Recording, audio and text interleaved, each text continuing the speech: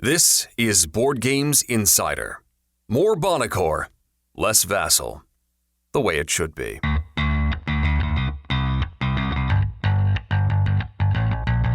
This is Board Games Insider, where publishers Ignacy Trzewiczek, president of Portal Games, and Stephen Bonacore, president of Stronghold Games, discuss the hobby board game industry from the inside, providing you with news, advice, and a look behind the curtain into both of their companies. Ladies and gentlemen, here are Ignacy and Stephen. Hello, Ignacy Trzewiczek, Portal Games. And this is Stephen Bonacore of Stronghold Games and Indie Game Studios. This is episode 127. We're recording on December 10th, 2019. Board Games Insider is a proud member of the Dice Tower Network, and we are both subjects of that evil overlord, Tom Vassal.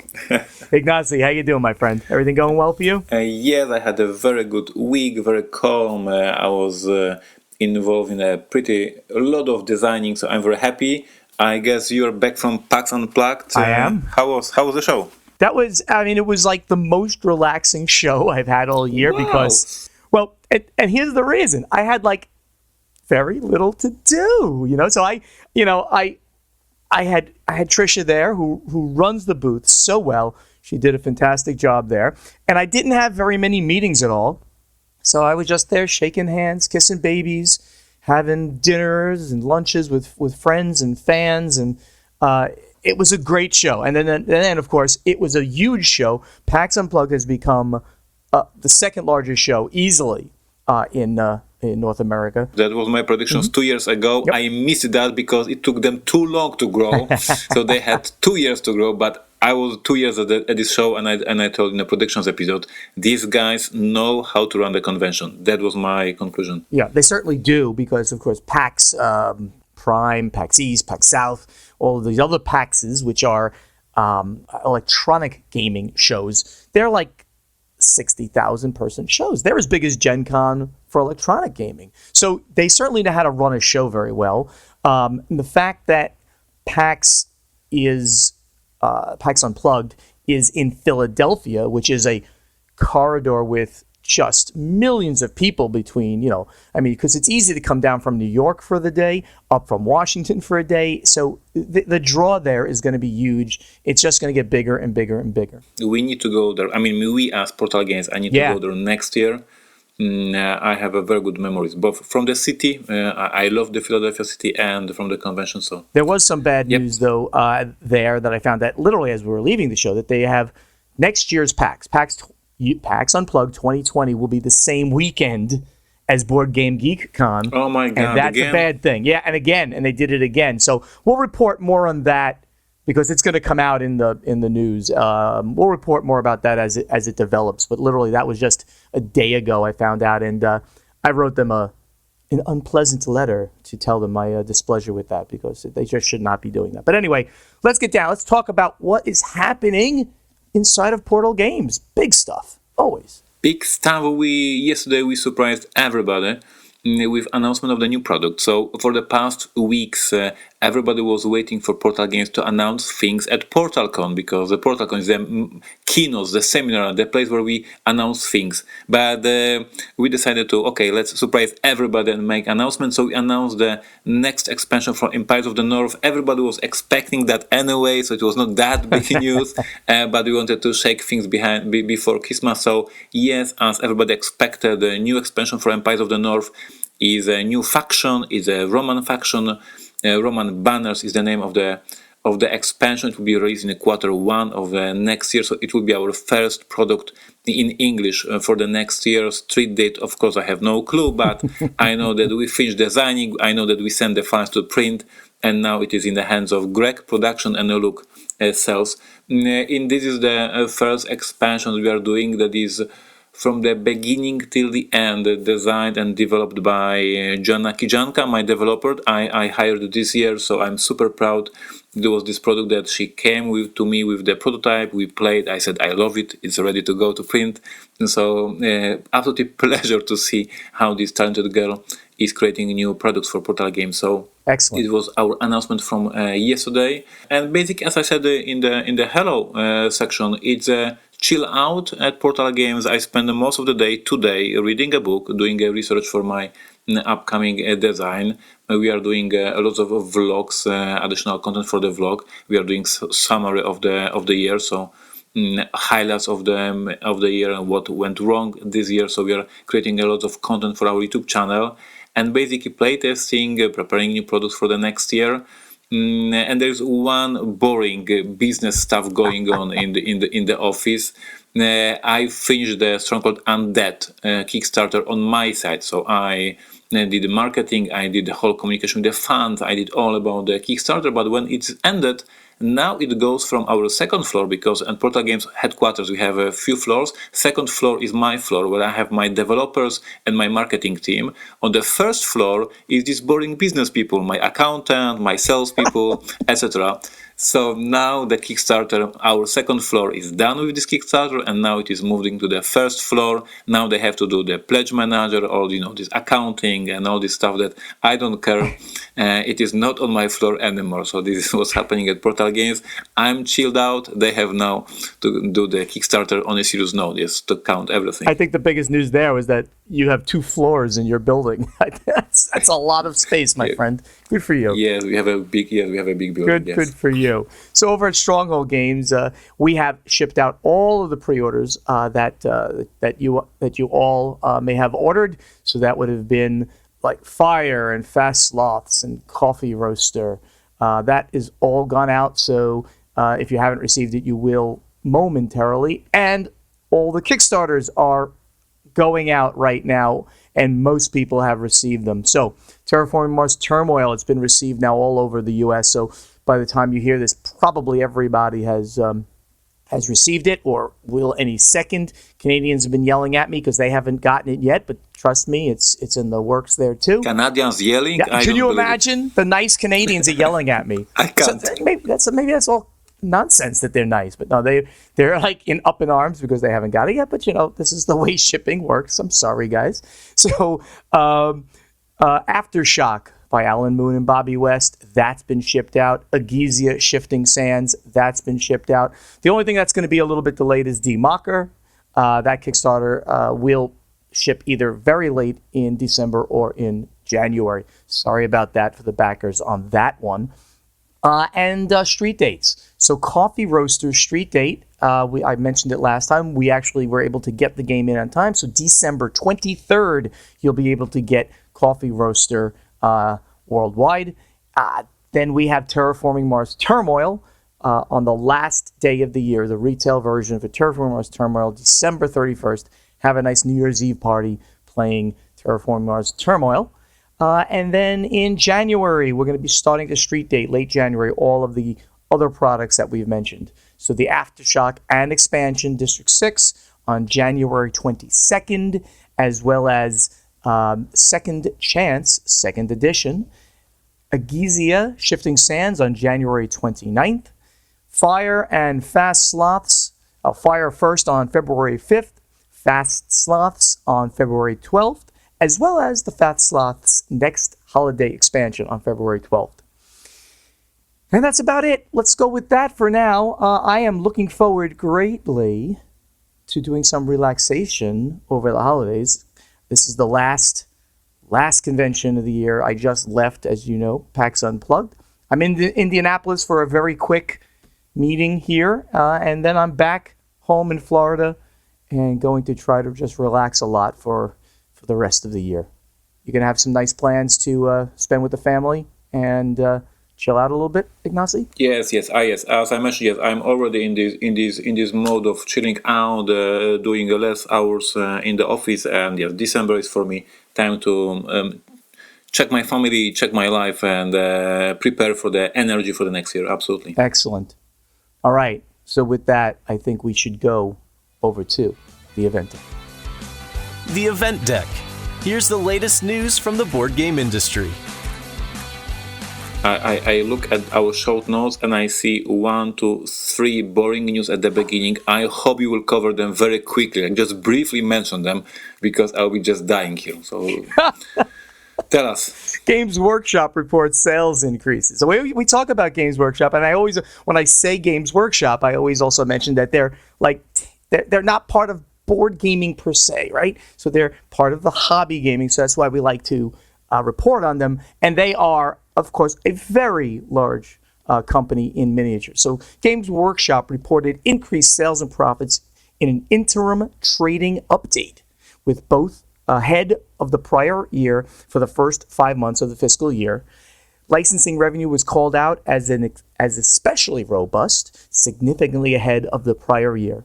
So overall, again, Games Workshop, which was almost bankrupt, just a few years back, is just coming back with a vengeance. And it just shows, strength of the core hobby, and that, good companies with good products are going to continue to do well. So kudos to Games Workshop for their great performance.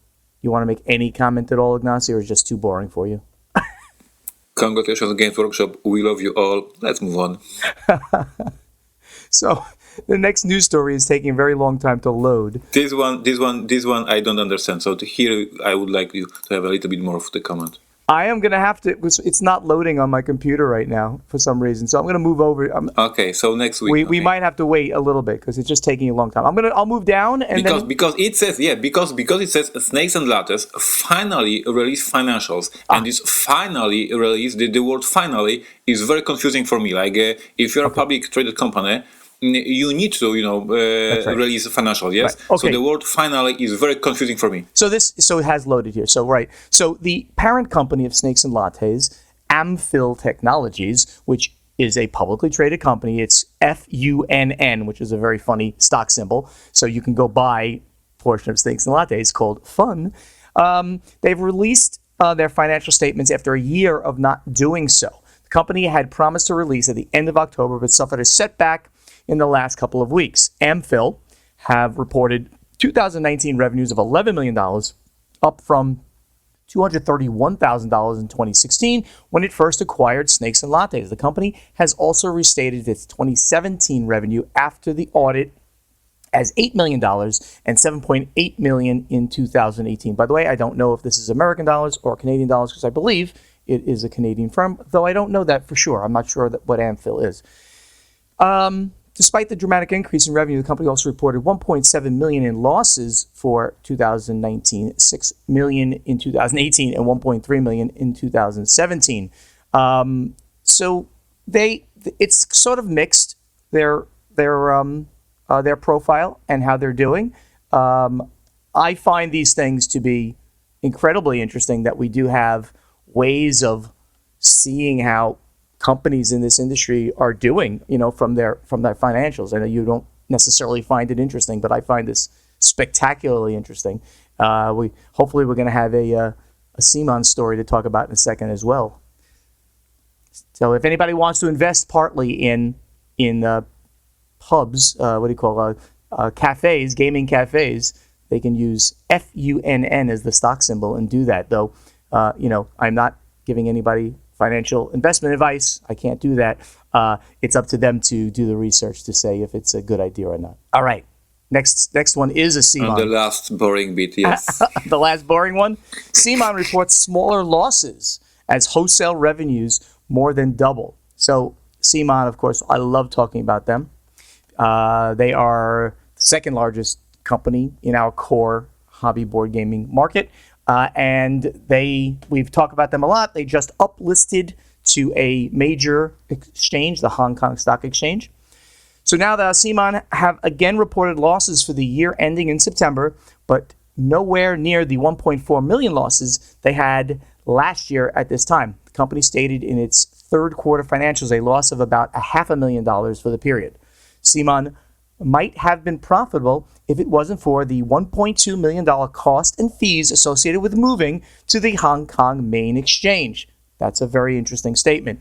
Its application was approved earlier this month. The company will debut on the new exchange tomorrow. It already has, by the way. The company sees the new listing as a positive for the company and shareholders. Despite the losses, revenue increased to $18.9 million, up from $11.8 million in 2018. This was more in line with 2017 revenue of $17.5 million. The company attributed the increase in revenue to wholesale orders as it continues to see a decline in Kickstarter revenue.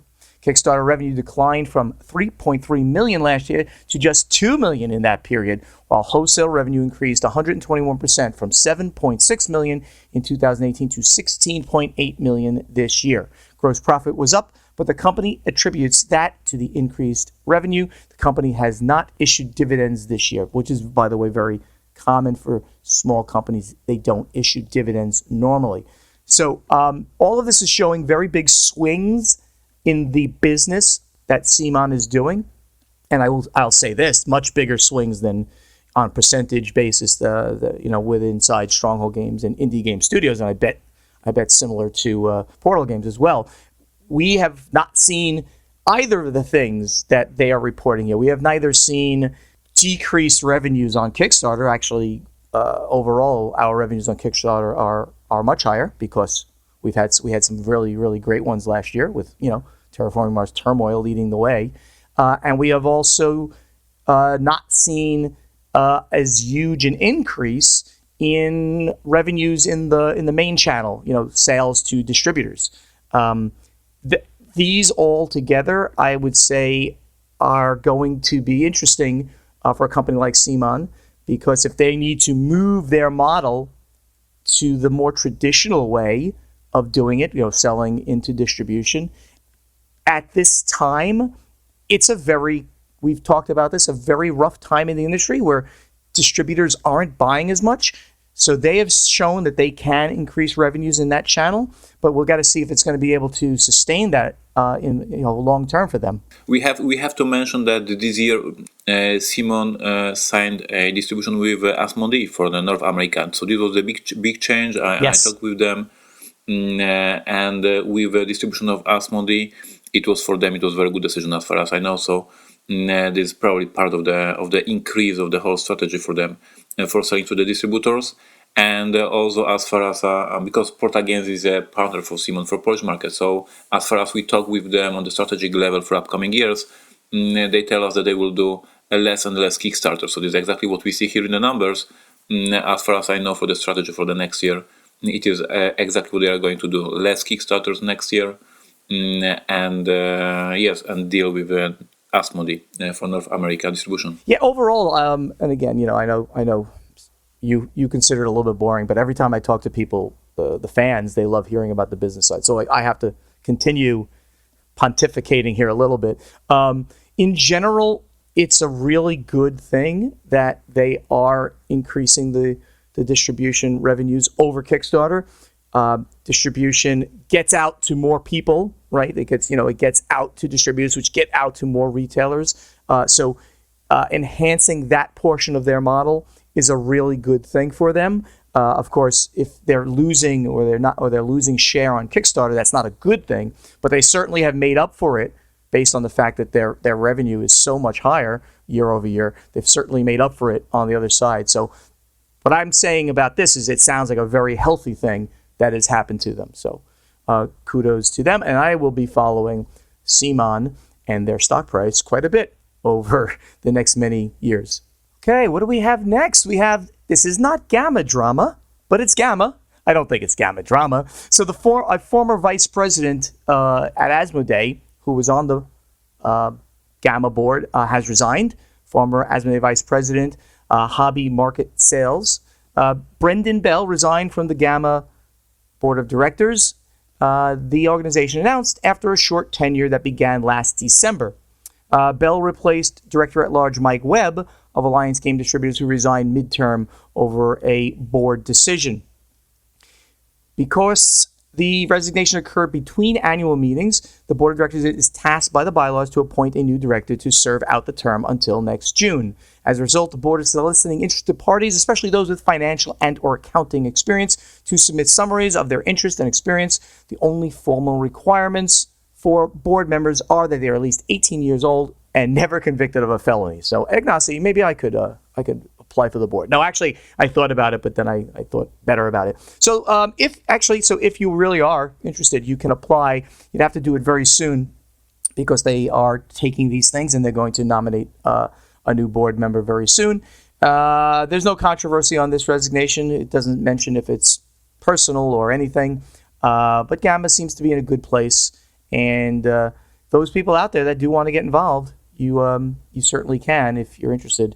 And there are ways besides being on the board to get involved. And Ignacy will save for himself the comment he was about to say.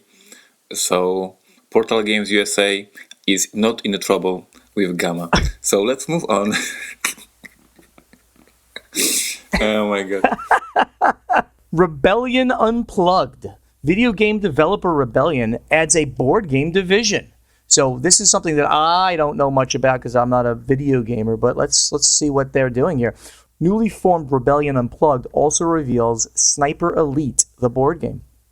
Rebellion, makers of the video game Sniper Elite, announced the addition of its brand new board game division, Rebellion Unplugged, and also revealed their first release, Sniper Elite board game. Rebellion Unplugged will be helmed by Duncan Malloy, who's the founder and creative lead of the board game line Osprey Games. So, Ignacy, first of all, before I even continue at all reading this, do you know about Rebellion Unplugged? Do you know the game Sniper Elite? Yes, I haven't played the game, but I know it is a very popular video game. So this is like one of the most popular video games out there. So this is for sure it is a strong title and a strong developer. And this is another company that is stepping into the board games industry because last year we saw lots of announcements from the games that were based on the IPs from Paradox Entertainment, which is a huge company that does City Skylines and Europa Universalis and many other. And we will see these board games released. City Skylines is already released by Cosmos. I know it is not yet announced, so I cannot share this information, but I know about the board games that are in development right now for different various video game IPs or companies. So basically, as we say during these news sections, we see that board games industry is growing because we read the boring numbers, as I say, but we also see by seeing other big companies getting interested in our little hobby because this little hobby is getting bigger and bigger. That's right. Very good. Let's do one more and then we'll move on. Dixit Publisher, whose name is always hard to say. Libellude creates a foundation to help youth and education. I thought this was a very nice thing to report on. French publisher Libellude is creating a charitable foundation to support youth and education. The Libellude Foundation will add $1.1 million over the next 3 years to the endowment. Founded in 2008 by Regis Bonesse, Libellude is best known for the game Dixit. The company has 20 employees and $10.5 million in revenue. Bonesse said the initiative reflects the values and sense of societal commitment characterizing the companies. So this is really lovely. They're going to be creating this charitable foundation, within the company. I mean, and they're not that big of a company, so I really applaud such things. I mean, obviously they have a very big game in Dixit, so they're using some of that great, revenue and profit to give back, and I find that to be, a wonderful thing to hear. I absolutely agree, and this is of course a perfect idea, perfect hopefully execution, but this is also the perfect example that we in our industry, we are all about doing something good. Like basically we are designing games, so we are making other people around the globe having great time, having fun, and this is what we are doing. We are trying to do something good to the world. So of course the thing that they are doing is absolutely amazing. But I think that every publisher here in our industry is doing something good, basically. All right, let's move into strategy and tactics. Strategy and tactics. Some advice for you from Board Games Insider. So, let's take some... I cannot wait for you. Now, please. Why? You like what you're reading here? No, I'm looking at the nickname that you're going to read in a moment. Okay, so X Nostradonwich... Who's Nostradonwich? on TPG. He says, congratulations to both Ignacy and Steven on upcoming 100th episode. So he did this a while ago. I have been listening since the podcast first started. It is amazing considering how busy you both are that you have kept this going. Thank you, Nostrodonwich. Consider for a moment the most, quote, outside your normal style, quote, game you publish. What element of that game actually convinced you to publish the game? Was it a mechanic, some kind of hook, the market potential, or something else? Ignacy, why don't you go first? Yeah, we did a couple of years ago the game with absolutely awkward title called Rattle Battle Grab the Loot. I thought the title is amazing. Not many other people agree with me. But I designed this game after signing the mechanism. Basically, I saw this amazing mechanism in other game, and I signed the rights to release this game. And the mechanism was super simple and absolutely brilliant. You were taking the bunch of dice, like the whole hand of dice, and you were throwing them inside the box, inside the cardboard box, and they were scattering all around, and there was some effects on these dice, and these dice were shooting each other. And I love the chaos. I love the simulation of absolutely crazy battle and pirates. And we decided to design the full game out of it and publish it, and it was disaster for my company. It was not selling very well, but I love this the concept of throwing dice into the box, and that's how I signed the whole mechanism. And well, I have this game in my collection. Some people have this game in the collection, but going outside our normal style was not a good idea in the first place. So for me, it's like anything that's truly a heavy Euro is not in my personal wheelhouse. It's not a game that I'm going to bring to the table often. I need a much more relaxed environment when I game, or else my brain explodes. You know, I have enough stress in my life. So a game like Kanban, for instance, right? I mean, this is the heaviest of the heavy Euros.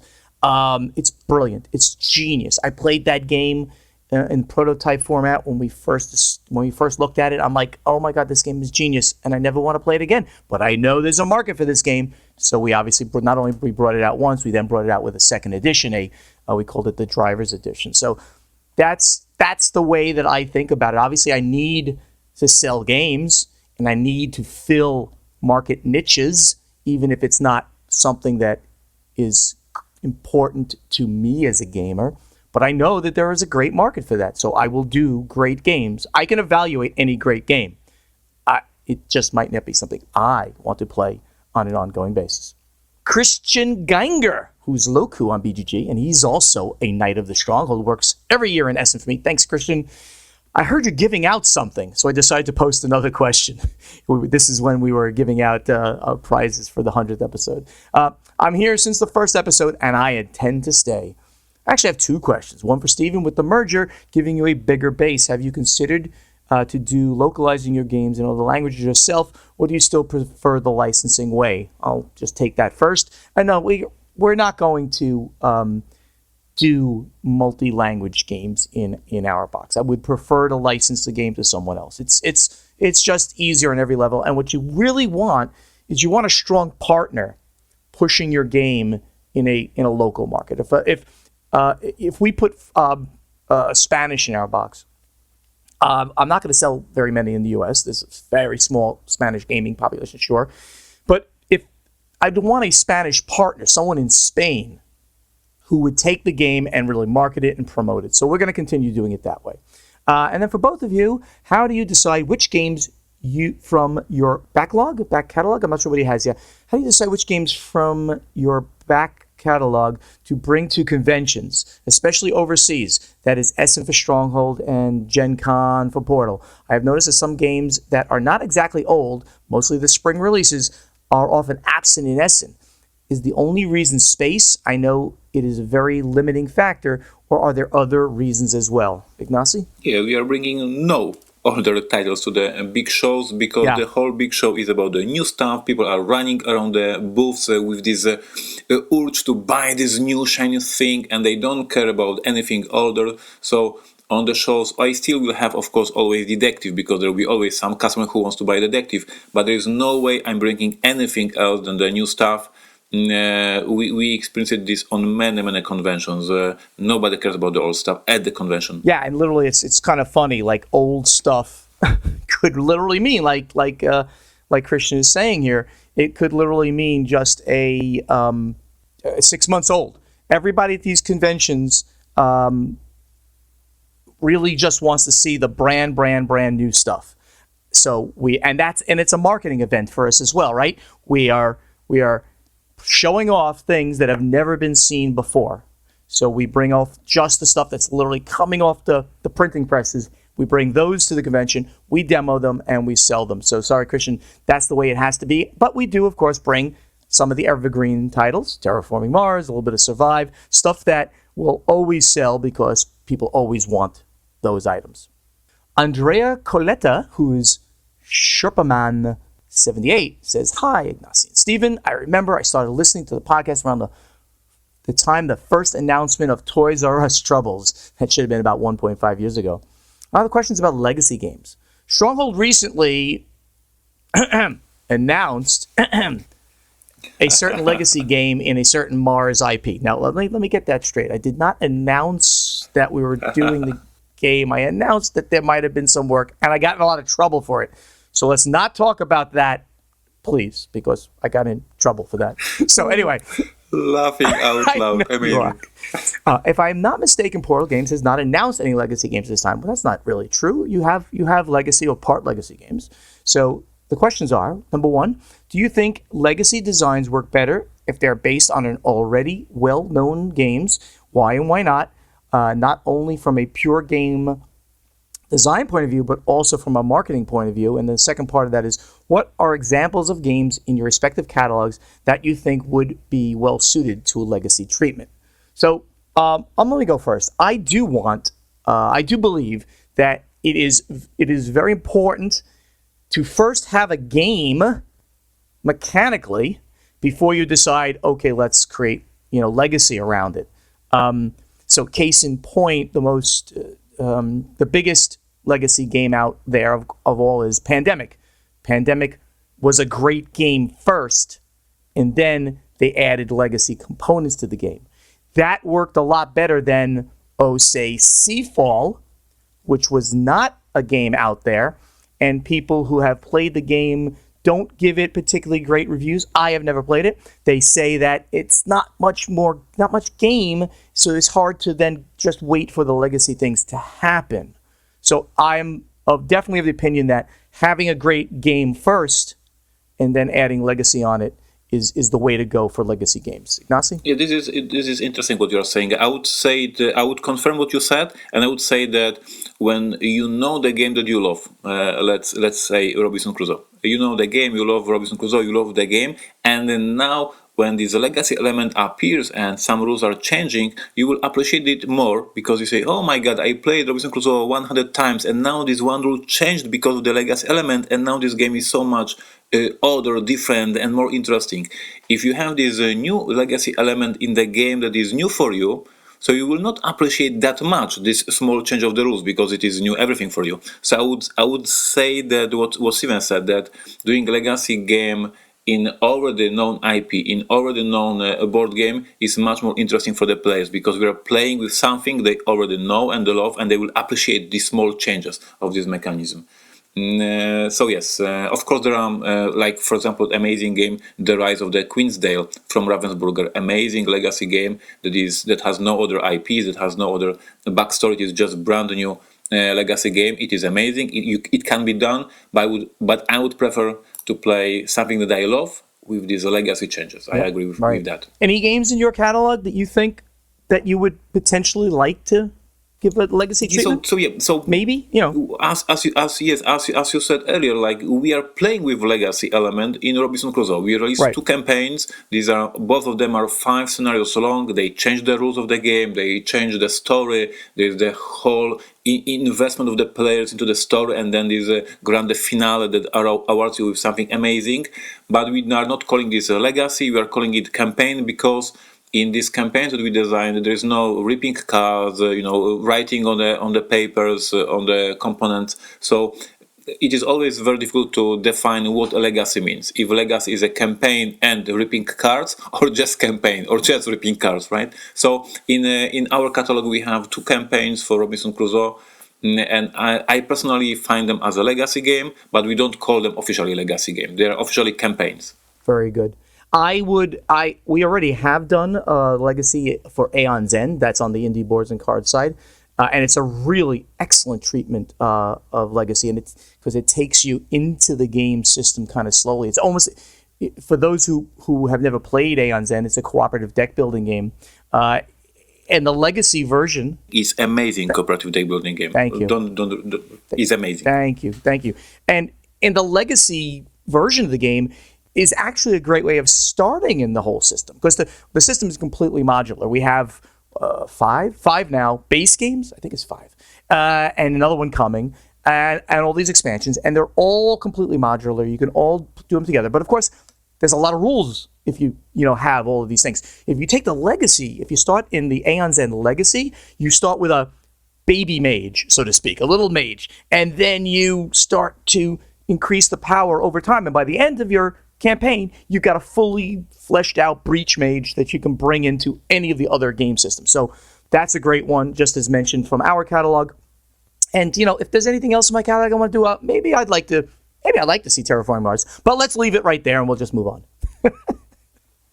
I guess we'll. And now we move. Yes, and now we move to the play testing segment. And I'm very proud that this brilliant idea of me of creating playtesting segment inspired Steven to create a great question. So I'm your inspiration, sir. Playtesting, where Ignacy and Steven question you.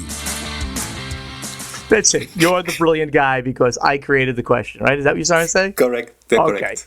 Yeah, so as everyone knows, in the playtesting segment, we ask you questions. So, right, instead of you asking to us, we're going to ask you. And the great question that I came up with, as Ignacy just told you, is that everyone knows that we have an annual predictions episode. It's certainly, I think it's our favorite episode of the year, and people love hearing, us, just forecast things for the next year. So I think it's everyone else's favorite too, possibly. So we're asking you, what would you like us to try to predict for next year? So on the Board Game Geek Guild, in the playtesting forum for episode 127, Ignacy's going to post it there, and we ask you, what would you like us to predict in 2020 for the 2020 season? It could be a game industry thing. It could be general geekdom, like about movies and TV. Who do we think is going to be the next great superhero? Whatever you would like us to try to predict. Don't make it geeky or gamey or anything like that. Let's stay out of the real world. Please do not put politics in there or something crazy like that. Anything that you'd like us to try to make a prediction about for 2020 that is game industry or geek related, post that question into that area on the playtesting within our guild. Ignacy, that is a genius question that I came up with, isn't it? I have to agree with you. I know. Very, you don't want to agree, but you will, right? Okay, great. Let's then get now. So you're going to make sure you post that, Ignacy, so we have people to. All right. Let's get over to the final scoring. Final scoring. Here's how you can stay in touch with Ignacy and Steven. Thank you all for listening to us. As always, we really appreciate it. Help us spread the word by telling your friends to download Board Games Insider wherever they get their podcasts. To ask us questions for our strategy and tactics segment, post them in the correct forum in our guild on Board Game Geek. The podcast has its own Facebook page, which is Facebook.com/Board Games Insider. And of course, the companies have their own Facebook pages /Stronghold Games and /Portal Publishing. Company websites, strongholdgames.com, portalgames.pl, and portalgamesus.com. Go there, sign up for our newsletters, keep in touch even more with us with inside information and things happening with inside the companies. If you want to talk directly to Steven or Ignacy, we manage our own Twitter feed. It's @Stronghold Games and @Chevicek. Same things on Instagram. We both have YouTube channels, of course. And I guess the con season's over. Maybe I'll see some of you guys at the Dice Tower Cruise at the end of January. That's the next thing that I'll be seen in publicly. Hey, and if anybody out there has a podcast and they want it edited by our great editor, Matthew Jude from This Game is Broken Podcast, you can drop him an email at thisgameisbrokenpodcast@gmail.com. Ignacy, anything secret? I had something a little bit secret that I'll tell you.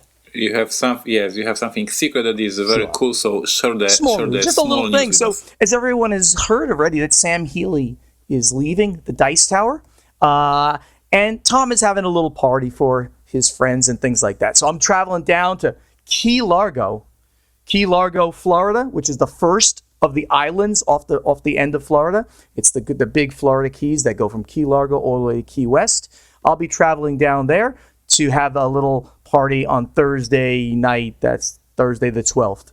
So I'll be saying goodbye to Sam and annoying Tom at the same time, which is always a big plus. Please say goodbye to Sam from me. I will miss him. I really think they had a great energy together, all the gang. So we'll be missing Sam.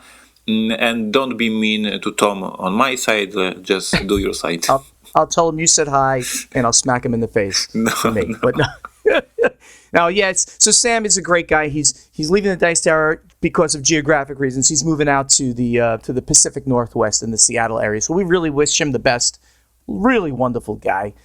So all the best to Sam. I'll see the whole gang from the Dice Tower on Thursday in Key Largo, Florida. So everybody out there, thank you for listening again, and we'll see you in another week. Thank you for listening. Bye-bye. Bye-bye. Thank you for listening to Board Games Insider with Ignacy Cevicek and Stephen Buonocore. Board Games Insider has been made possible by you, our listeners and hobby board game enthusiasts. Ignacy and Stephen thank you greatly for your support of their companies and the hobby board game industry. Follow both Portal Games and Stronghold Games on Twitter, like both companies on Facebook, and sign up for their newsletters on portalgames.pl and strongholdgames.com. Please join us next time on Board Games Insider. You're listening to the Dice Tower Network, the home of smart people, insightful board gaming commentary, and Stephen Buonocore. Find out more at dicetowernetwork.com. Dicetowernetwork.com. Dicetowernetwork.